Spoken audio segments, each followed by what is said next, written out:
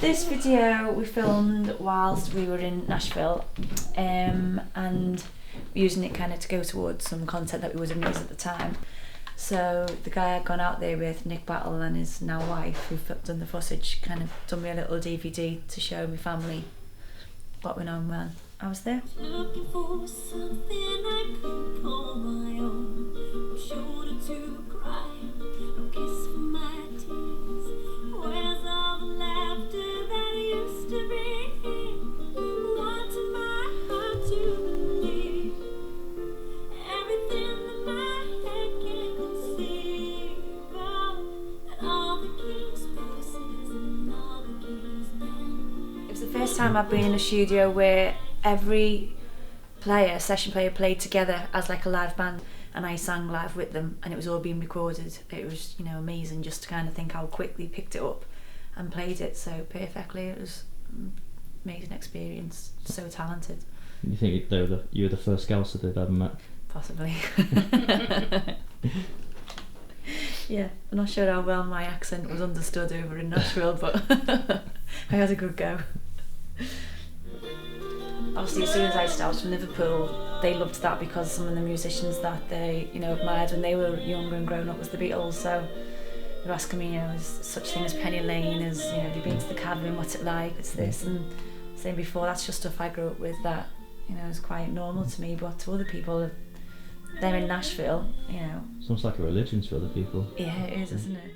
I mean, is it a record that you could use again? Or, yeah, do you know what it is? And there's some lovely songs on there. It's real Nashville sound and real country sound.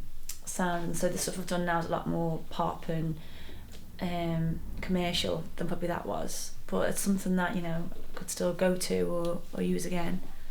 Yeah, definitely. It was quite funny being in Nashville because we were obviously really impressed by all this on the music scene over there, and yet as soon as I mentioned I was from Liverpool, they were really impressed by the Beatles, saying they're the people who inspired them to want to be musicians. Oh, well, I was right in the Beatles, you know, the time of the Beatles just coming up and going out to the nightclubs and the town and the Locarno when the Beatles and the Cavern, the town was just like, well, it's never been, I don't think it's ever been like it before, and it'll never be like it again. There was loads of bands. The Beatles were massive, but there was the Jerry and the Pacemakers. There was a lot. Still the Black. The Searchers, Jerry and the Pacemakers, Beryl Marston. There was loads at that time, all, you know, wanting to make it in the singing industry. And now here's your daughter Jo adding to that heritage. Yeah. How do you feel about that? Great. I think she really, really deserves it, and I hope she does well because, as I say, from a little top from about 4, that's all she's ever wanted to do. Dance and sing. Well, she didn't do many dishes. Today, can I say, I brushed and mopped while she was washing her hair. That makes a change. I'm only joking. So you say you were karaoke singing yourself, yeah? No. You love to sing. But I'll get up and give a song, you know. I'm not shy in the way of more when I'm on holiday. No one really knows me there.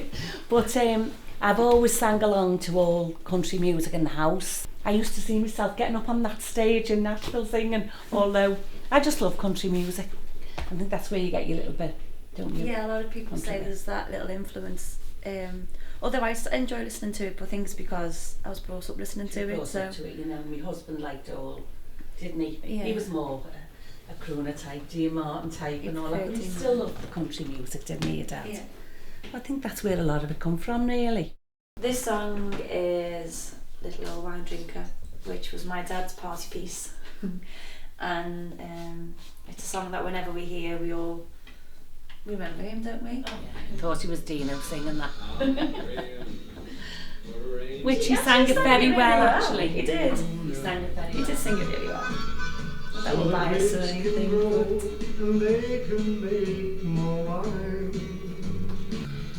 Yeah, it does actually say that he came down last week from down in Nashville.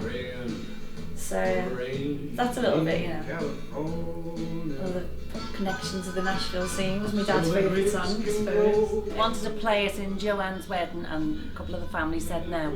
Everyone's having a good time, it'll upset everyone because it's a personal song, isn't it? It is a personal song because he always sang it, didn't he? Yeah. And anywhere he went, they'd ask him, they'd say, Joe, you just sing this for me because I'll be going now. Things like, you know what I mean?